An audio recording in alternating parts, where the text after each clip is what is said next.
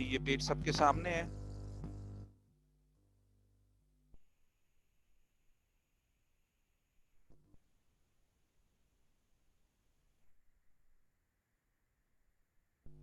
जी बिल्कुल, यही पेज है। ओके बेटा, हमने लास्ट टाइम किया था कि टैक्स की पेमेंट की कौन सी वेज हैं, मतलब किस तरीके से टैक्स टैक्स पेयर की जेब से निकलता है, यानी आपकी और मेरी जेब से निकलता है और वो अकाउंट में पहुंचता है एफबीआर के। ठीक है, उसमें हमने 5 वेज की थी कि वो क्या थी। उसमें से सबसे पहली वे है, जिसे मैंने कहा था कि more than 80%, 80 to 85% tax collect होता है, वो है टैक्स डिडक्टेड एट सोर्स। यानी जब कोई ट्रांजैक्शन जनरेट होती है, तो जब वो टैक्स ट्रांजैक्शन जनरेट होती है तो उस पर एक स्पेसिफिक रेट से टैक्स डिडक्ट होता है या कलेक्ट होता है और वो एफबीआर के अकाउंट में पहुंच जाता है। क्या हर ट्रांजैक्शन? नहीं, वो ट्रांजैक्शन स्पेसिफाई की है इनकम टैक्स लॉ ने। और किस रेट से? वो रेट स्पेसिफाई की है इनकम टैक्स लॉ ने। तो आए हम शुरू करते हैं, उसको पढ़ते हैं। इसका मतलब है कि हमें क्या क्या चीजें पढ़नी है। हमें उस ट्रांजैक्शन पे सबसे पहली चीज, हमें उस ट्रांजैक्शन का पता होना चाहिए कि कौन सी ट्रांजैक्शन है जिसपे टैक्स कलेक्ट या डिडक्ट होना है। जैसे मेरे सामने ट्रांजैक्शन है इंपोर्ट्स। फिर हमें टैक्स रेट का पता होना चाहिए। टैक्स रेट दो तरह के हैं, याद रखें। एक है फाइलर के लिए, फाइलर वो है जिनका नाम एटीएल में यानी एक्टिव टैक्स पेयर लिस्ट में अपीयर हो रहा है, और नॉन फाइलर वो है जिनका नाम एक्टिव टैक्स पेयर लिस्ट में अपीयर नहीं हो रहा। ठीक है, तो इन दोनों का रेट हमें पता होना चाहिए। नॉर्मली जो नॉन फाइलर का रेट है वो फाइलर के रेट से डबल होता है। नॉर्मली, नॉर्मली जरूरी नहीं, लेकिन नॉर्मली डबल होता है। अच्छा, ये पता एग्जेम्पशन लिमिट से क्या मुराद है? क्या इसकी छूट है कोई कि इस तक कलेक्शन नहीं होगी, इतनी अमाउंट तक पैसे नहीं कटेंगे? जैसे इसकी मैं एग्जांपल आपको समझाता हूँ। जब बैंक से 50,000 से एक दिन में आप ज्यादा निकलवाते हैं और आप नॉन फाइलर हैं, तो आपको 0.6% टैक्स कटेगा। लेकिन उसकी एग्जेम्पशन लिमिट है क्या? 50,000 पर डे, 50,000 रुपया रोजाना। इतना अगर आप निकलवाएंगे तो कोई टैक्स कलेक्ट नहीं होगा। ठीक है, इसे एग्जेम्पशन लिमिट कहते हैं। तो क्या कोई है, वो हम करेंगे। स्टेटस और पेमेंट ऑफ डिडक्शन, इसका स्टेटस क्या है? ये दो तरह की पेमेंट है। एक होंगी जो टैक्स डिडक्टेड एट सोर्स होंगी, यानी एडजस्टेबल होंगी। वो जब आप रिटर्न फाइल करेंगे तो उसे अपनी रिटर्न में नीचे लिखेंगे as tax deducted at source. ठीक है, और दूसरी है जो full and final discharge of liability होंगी, यानी हमने किया था ना एफटीआर, फाइनल टैक्स रिजीम, वो उसमें आएंगी। यानी वो उस ट्रांजैक्शन का फाइनल टैक्स होगा, ना उस ट्रांजैक्शन की अमाउंट इनकम में लिखी जाएगी, ना उसका tax tax deducted at source में लिखा जाएगा। इसका मतलब है इसके दो तरह के स्टेटस है। एक ये कि ये एडजस्टेबल है, दूसरा ये कि ये फाइनल टैक्स है। ये हमें पता होना चाहिए। अगला 6 कॉलम में आप देखेंगे, आपको नजर आएगा डिडक्टिंग डिडक्शन और कलेक्टिंग अथॉरिटी, कि कौन ये काम करेगा, कलेक्ट करेगा। ये एफबीआर नहीं करेगा। एफबीआर ने जिम्मेदारी लगाई हुई है, मैं आपका टैक्स काटता हूं, आप मेरा काटते हैं, यानी अवाम एक दूसरे का टैक्स काट रही है। ठीक है, तो ये डिडक्शन अथॉरिटी मुराद है किसकी जिम्मेदारी है कि वो टैक्स डिडक्ट करे। जैसे इसमें आपको कलेक्टर ऑफ कस्टम नजर आ रहा है, कहता है टाइम ऑफ डिडक्शन और कलेक्शन कब करेगा। ये ये 6 है 7, इसमें जो फर्स्ट है ना वो सेक्शन नंबर है। क्योंकि सेक्शन नंबर आपके कोर्स में नहीं पढ़ाए जा रहे, तो इसलिए मैं उसको नहीं छेड़ा। ये बातें आपको पता नहीं, ये देखिए आपको बड़ी तफसील में चीजें हैं। आप एक जो है वो पेपर और हेलो, बेटा आप लोग एक पेपर और बॉल पेन लेके बैठ जाएं और उसमें ये 6 कॉलम बना लें, उसमें ये 6 कॉलम बना लें। ठीक है, जल्दी कीजिएगा आप, उसमें ये 6 कॉलम बना लें। मैं इसको ना समराइज आपको साथ साथ करवाता जाऊंगा, साथ साथ समराइज करवाता जाऊंगा। ठीक है,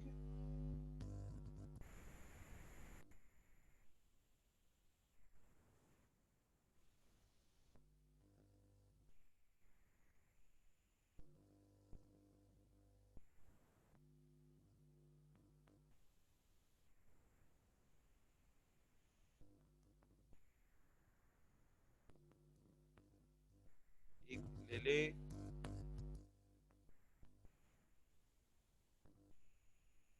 रजिस्टर ले लें अपना। ठीक है,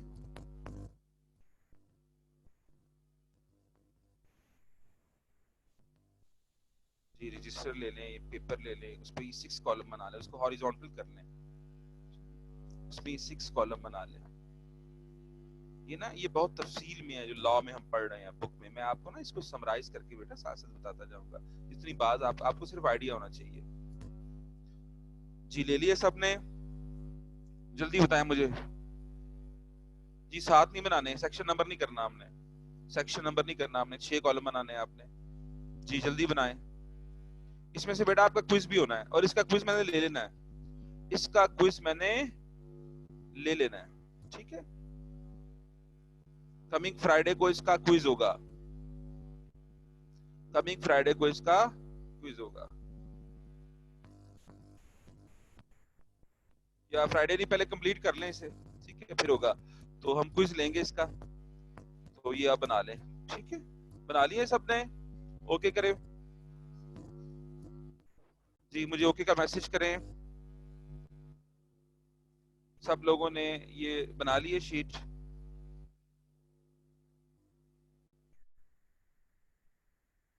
ओके जी। पहली ट्रांजैक्शन है वो है इंपोर्ट्स। इंपोर्ट क्या है कि बेटा जब इंपोर्ट, आप इंपोर्ट ये है कि आपके कंट्री की टेरिटरी से बाहर से कुछ चीज आपकी कंट्री की टेरिटरी में जो है वो इन होगी, उसको इंपोर्ट्स कहते हैं, ठीक है। इंपोर्ट्स दो तरीके से होती हैं आपको पता है, या 3 तरीके भी वैसे हैं।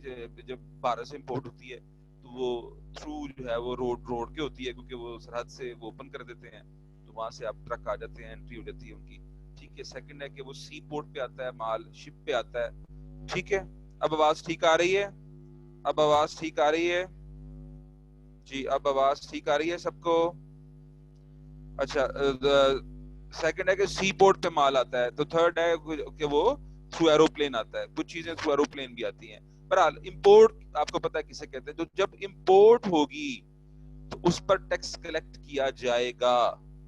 कितना किया जाएगा? आप देखिए लंबी चौड़ी तफसील है। इंडस्ट्रियल अंडरटेकिंग जो इंपोर्ट करेंगी रीमेल्टेबल स्टील और directly reduced iron from its own use, तो एटीएल में अगर वो बंदा अपीयर हो रहा है तो 1% टैक्स उस पर कलेक्ट होगा, और नॉन एटीएल पे हो रहा है तो 2% होगा। ये चीजें समझ आ रही है? आगे चले, आगे जनाब। पर्सन इंपोर्टिंग पल्सेस, जो दालें इंपोर्ट करेंगे तो 2% एंड 4%। कमर्शियल इंपोर्टर 3 और 6%। पर्सन इंपोर्टिंग कोल, कोयला इंपोर्ट करेगा 4 एंड 6%, ठीक है। तो आप देखेंगे कि ये लंबी छोटी डिटेल आती जा रही है, आती जा रही है, ठीक है। तो आप देखेंगे इसमें बेशुमार किस्म के ना, बेशुमार किस्म के ये रेट्स हैं, और बेशुमार किस्म की उनकी जो है वो तफसीलात है। तो ये जनाब तफसीलात है सारी जो आप करेंगे। तो जो है वो इन्हें ना, ये रेट्स दो तरह के होते हैं। एक होते हैं स्पेशल रेट। स्पेशल रेट से मुराद है कि जब आप ये चीज इंपोर्ट करेंगे तो इतना टैक्स कटेगा। जैसे आप रीमेल्टेबल स्टील इंपोर्ट करेंगे तो टैक्स होगा 1% और 2%। जैसे आप इंपोर्ट करेंगे पोटाशिक फर्टिलाइजर तो रेट होगा 1% 2%। जैसे आप इंपोर्ट करेंगे दालें पल्सेस, रेट होगा 2% 4%, ठीक है। ये कहते हैं स्पेशल रेट। इनके बाद आते हैं जनरल रेट। जनरल रेट क्या है? ये नंबर 7 से आए, ये जिसको मैं थोड़ा सिलेक्ट कर रहा हूं, नजर आ रहे हैं? ये नीचे वाला नहीं, ये ऊपर वाले, ये आइटम नंबर 7, 8 और 9, ये है जनरल रेट। जनरल रेट से मुराद है ये ऊपर वाली चीजें 5-6 चीजें छोड़ दें, बाकी जो चीजें भी आप इंपोर्ट करेंगे उन पर ये रेट लगेगा। तो आपने ये जनरल रेट बेटा याद करने हैं। जो याद आपने करने हैं वो ये जनरल रेट है, ठीक है। वो ये जनरल रेट है। जनरल रेट कौन सा है?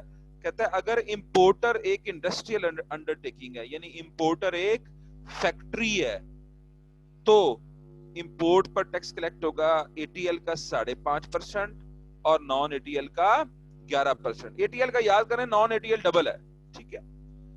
कंपनी अगर होगी तो वो करेगा 5.5%, और अदर्स होंगे person not covered under serial number 1 to 8, ये ऊपर वाले के अलावा अदर होंगे तो रेट होगा 6%। रेट होगा 6%। ये चीज आपने से याद करनी है कि आपने नोट्स में लिख ले, ट्रांजैक्शन में लिखे इंपोर्ट्स, रेट में लिखे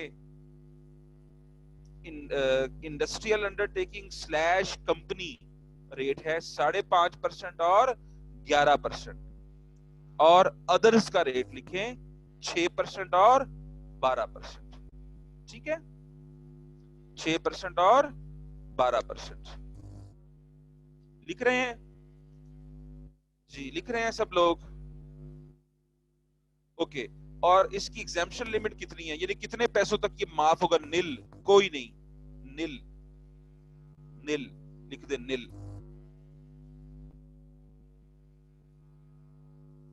और उससे आगे लिखेंगे इसका टैक्स ट्रीटमेंट क्या है, एडजस्टेबल है या फाइनल टैक्स है, तो लिखें एडजस्टेबल है। ये ज्यादा केसेस में एडजस्टेबल है, ज्यादा केसेस में एडजस्टेबल है जी, ज्यादा केसेस में ये एडजस्टेबल है। और आगे लिखें इसका इसका पैसे डिडक्ट कौन करेगा?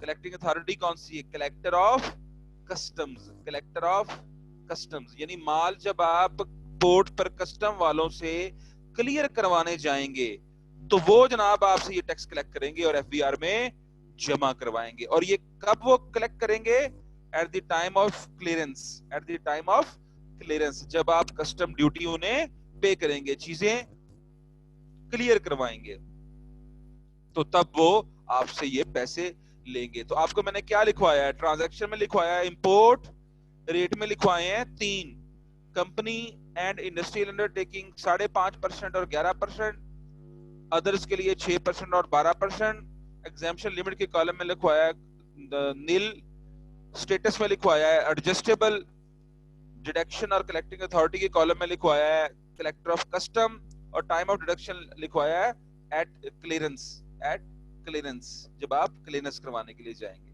ठीक है जी, अपने नोट्स में ये बातें लिख ली हैं आपने? ये मुख्तसर से बेटा नोट्स आप बनाएंगे तो ये नोट्स दो दो पेज से ज्यादा के नहीं होंगे। मैं दोबारा बता देता हूं। पहले में कॉलम में लिखेंगे आप इंपोर्ट्स, टैक्स रेट के कॉलम में लिखेंगे industrial undertaking and company, tax rate होगा फाइल एटीएल का 5.5%, नॉन एटीएल का 11%, और अदर्स का रेट होगा 6% और 12%, 6% और 12%। एग्जाम्पशन लिमिट नील, कोई एग्जाम्पशन लिमिट नहीं है। ठीक है। और डिडक्शन और कलेक्शन अथॉरिटी, कलेक्टिंग अथॉरिटी कौन सी है? Collector of customs, collector of customs. और टाइम ऑफ डिडक्शन क्या है? At the time of clearance, जब आप अपनी चीजें क्लियर करवाने के लिए जाएंगे। जी, ये लिख लिए सबने? इस तरीके से आपने आसान से नोट्स बनाते जाना है। मेजर आपके पास अगर पूरा चाहते हैं, वो ये किताब आपके पास मौजूद है, जाहिर है ये किताब आपने डाउनलोड कर ली है, लेकिन मैं चाहता हूं इसके बेटा आप सादे नोट्स भी बना लें। जी आगे चलें, ओके करें मुझे, आगे चलें, आगे चलें। जी जनाब, इजाजत है हुजूर? जी, अगले ये नोट्स वगैरह लंबी चौड़ी बातें कोई नहीं करनी आपने, आपको सिर्फ जनरल बातें याद होनी चाहिए। आगे है जी, आए जी, अगली है ट्रांजैक्शन है जी, टैक्स ऑन सैलरी इनकम। तो ट्रांजैक्शन में लिखें सैलरी, यानी जब आपको तनख्वाह मिलती है, जब आपको तनख्वाह मिलती है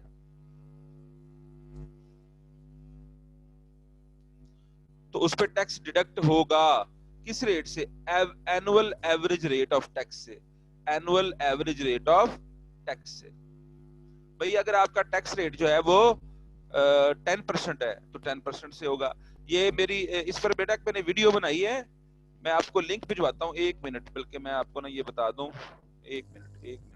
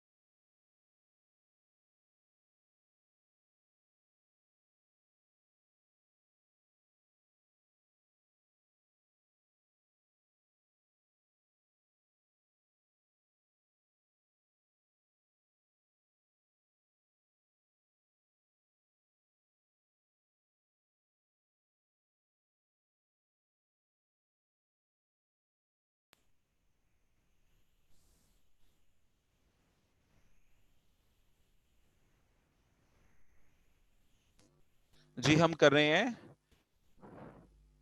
इनकम फ्रॉम सैलरी। तो हमने कहा जी जब तनख्वाह देगा, कौन देगा? एम्प्लॉयर देगा। टैक्स डिडक्ट करेगा किस रेट से? एवरेज रेट से। एवरेज रेट क्या है? आसान सा मैं आपको बता देता हूं। वो साल का टैक्स कैलकुलेट करेगा। अगर आपका एक साल का टैक्स 24,000 बनता है तो उसको वो एवरेज कर लेगा मंथ पे। मंथ पे एवरेज कितना आ गया? डिवाइडेड बाय 12, तो 2,000 रुपीज पर मंथ। जब आपको वो तनख्वाह देगा, से आपको तनख्वाह देता है 60,000 रुपीज, तो वो उसमें से 2,000 टैक्स डिडक्ट किया करेगा। ठीक है, इसकी कोई एग्जेम्पशन लिमिट है कोई? वो बिल्कुल है जी। वो यहाँ पे 4 लाख लिखी हुई है, आप बेटा इसको 6 लाख कर दें। 6 लाख कर लें एग्जाम्पशन लिमिट। किताबों में भी आपको पता है अपडेशन में मिस्टेक्स होती हैं। ये एग्जाम्पशन लिमिट 6 लाख रुपए है। 6 लाख तक कोई टैक्स नहीं है, ये आपको पता है। 6 लाख तक कोई टैक्स नहीं है। ठीक है, इसकी एग्जाम्पशन लिमिट 6 लाख है। और इसका स्टेटस क्या है? ये एडजस्टेबल है, ये आपको पता है। ये आप क्वेश्चन करते रहे हैं मुझसे कि जब हम टैक्स कैलकुलेट करते थे सैलरीड का, तो नीचे लिखते थे टैक्स डिडक्टेड एट सोर्स में। किससे? From salary. तुम क्या करते थे? उसको एडजस्ट करते थे ना। तो वही जनाब यहाँ पे आपने करना है। ठीक है, तो ये डिडक्ट करेगा कौन? जो बंदा तनख्वाह देगा, यानी कंपनी या गवर्नमेंट जो भी। और कब डिडक्ट करेगा? जब वो पेमेंट करेगा, जब भी तनख्वाह की पेमेंट करेगा। आपको पता है तनख्वाह की पेमेंट की डेट मुख्तलिफ होती है कंपनियों में। हर एक में कोई यकम को तनख्वाह देता है, कोई 10 तारीख तक देता है। ठीक है, कोई 5 को देता है, कोई 3 को देता है, जो भी है वट एवर इट इज। तो वो उस हिसाब से उस तारीख को डिडक्ट करेगा। जी, एनी क्वेश्चन? कोई सवाल? लिखते जा रहे हैं ये नोट्स, शॉर्ट नोट्स बनाते जा रहे हैं। ओके करें मुझे। सब लोग शॉर्ट नोट्स बना रहे हैं कि नहीं बना रहे, कि सोए हुए हैं? ये किधर है सब लोग? गुड गुड, आगे चले। सैलरी से अगला है डिविडेंड। सैलरी से अगला है डिविडेंड। ठीक है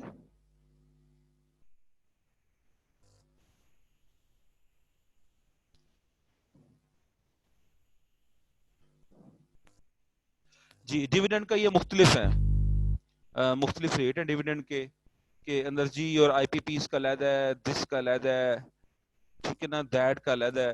तो ये सारा कुछ छोड़ दें, हमने ये वाला रेट करना है, ये वाला। ठीक है, ये कर लें।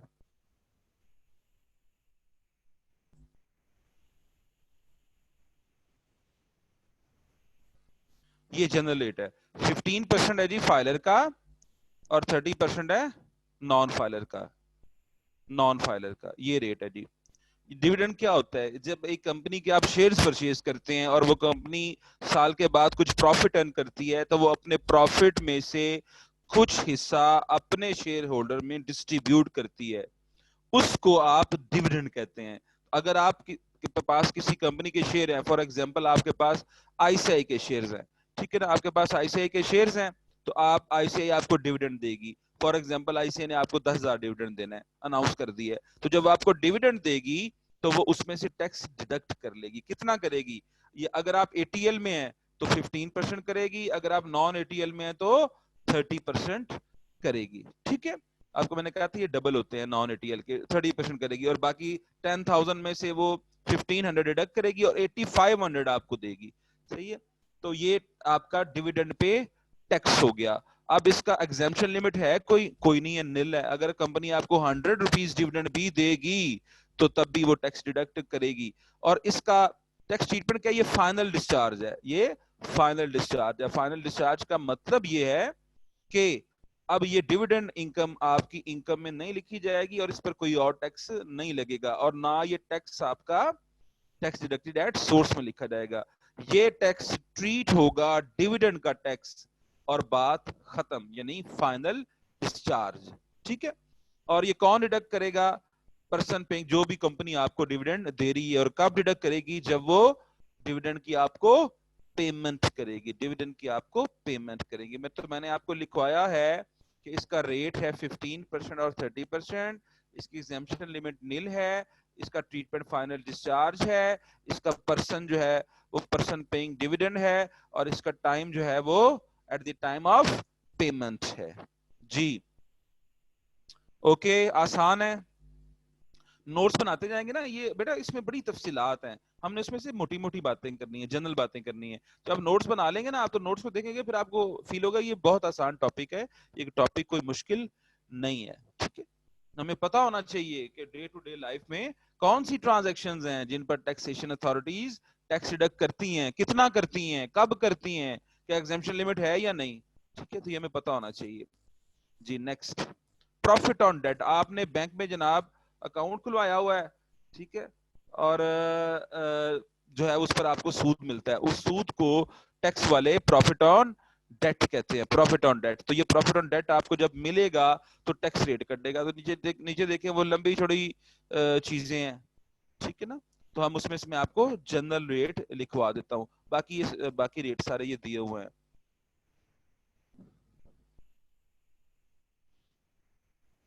जी। ये जनरल रेट ये वाला है, जनरल ये रेट अप्लाई होता है, ये वाला 10%, 15%, 20% और 30%। जनरल रेट क्या है कि अगर प्रॉफिट की अमाउंट साल की 5 लाख तक है तो 10% रेट है, अगर प्रॉफिट की अमाउंट 5 लाख से ज्यादा है तो 15% रेट है, सबके लिए, सबके लिए। ठीक है, यानी आप बैंक में अपने पैसे रखवाएं और जो है वो पैसे किस काम के लिए रखवाएं, वो सूद के लिए आप डिपॉजिट जमा करवाएं।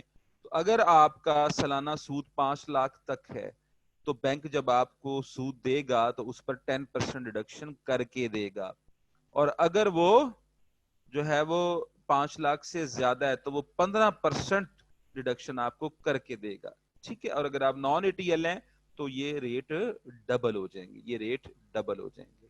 ठीक हो गया जनाब। तो इसका रेट क्या हो गया, अप टू 5 लाख 10%, 5 लाख से ज्यादा 15%, और नॉन एटीएल में डबल। एग्जेम्पशन लिमिट है कोई निल, 10 रुपए भी बैंक आपको सूद देगा तो उसमें से वो टैक्स डिडक्ट करके देगा। और इसका ट्रीटमेंट क्या है, लिख ले, final discharge. Final discharge normal, ये मैंने जो ट्रीटमेंट लिखवाता हूँ ना, ये नॉर्मली लिखवाते हैं, कुछ के लिए फाइनल डिस्चार्ज होता है, कुछ के लिए कुछ और होता है।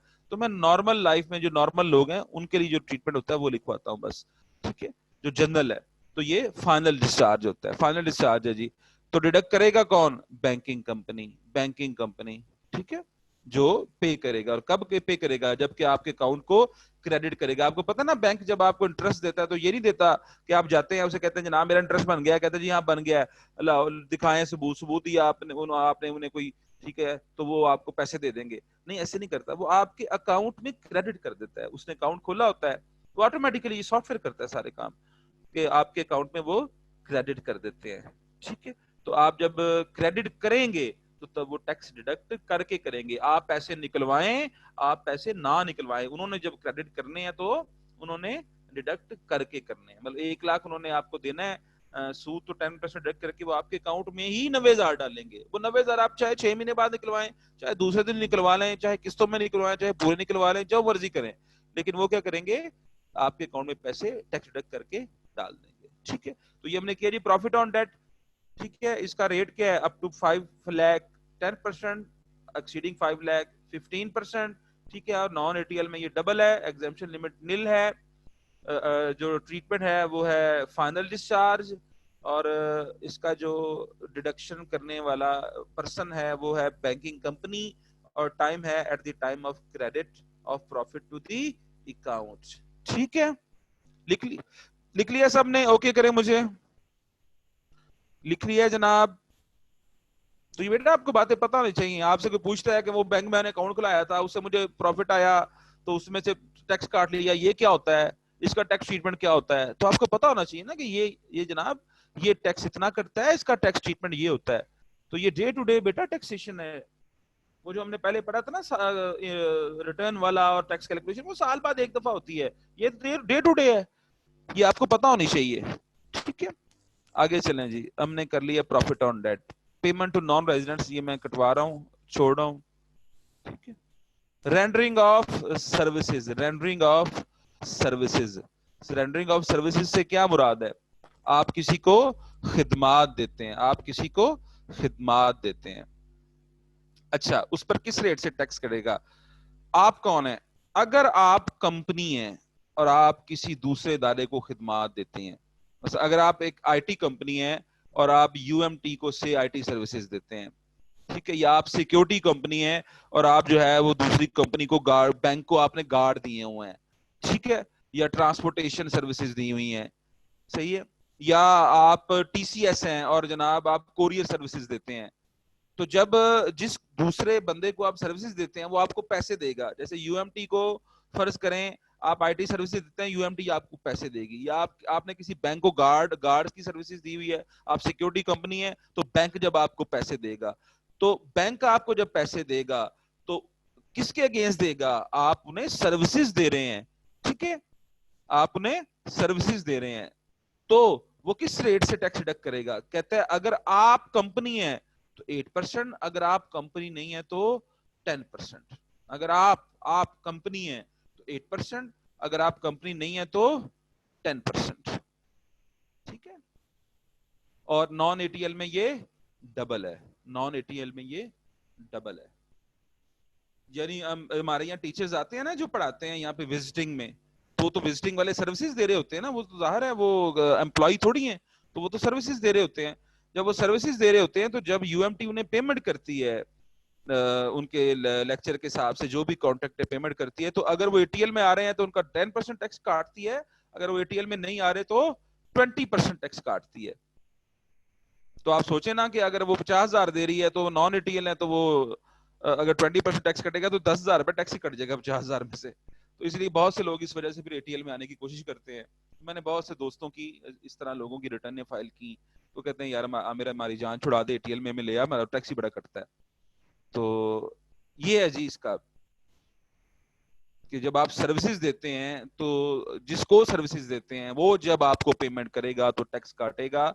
कैसे, आप अगर कंपनी है तो 8%, आप अगर कंपनी नहीं है कोई और है, एओपी है, इंडिविजुअल है तो 10%, और नॉन एटीएल में ये डबल है, ठीक है।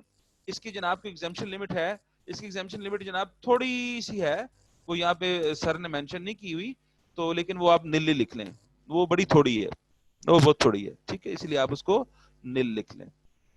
है सही सर, ये बुक वाले भट्ट साहब ने यहाँ नहीं लिखी है, लेकिन वो बहुत थोड़ी है।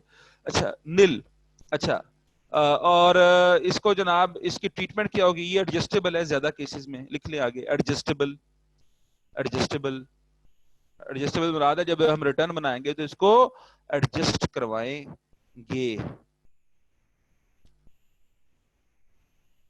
और कौन डिडक्शन करेगा, जो बंदा पेमेंट कर रहा है, प्रेस्क्राइब पर्सन मेकिंग पेमेंट, जो बंदा पेमेंट कर रहा है, कब करेगा, eight the time of payment, कब डिडक्शन करेगा, जब वो पेमेंट कर रहा है, जब वो पेमेंट कर रहा है उस वक्त डिडक्शन करेगा। ठीक है जी, हो गया ये रेंडरिंग ऑफ सर्विसेज, ओके करें मुझे जी, ओके करें,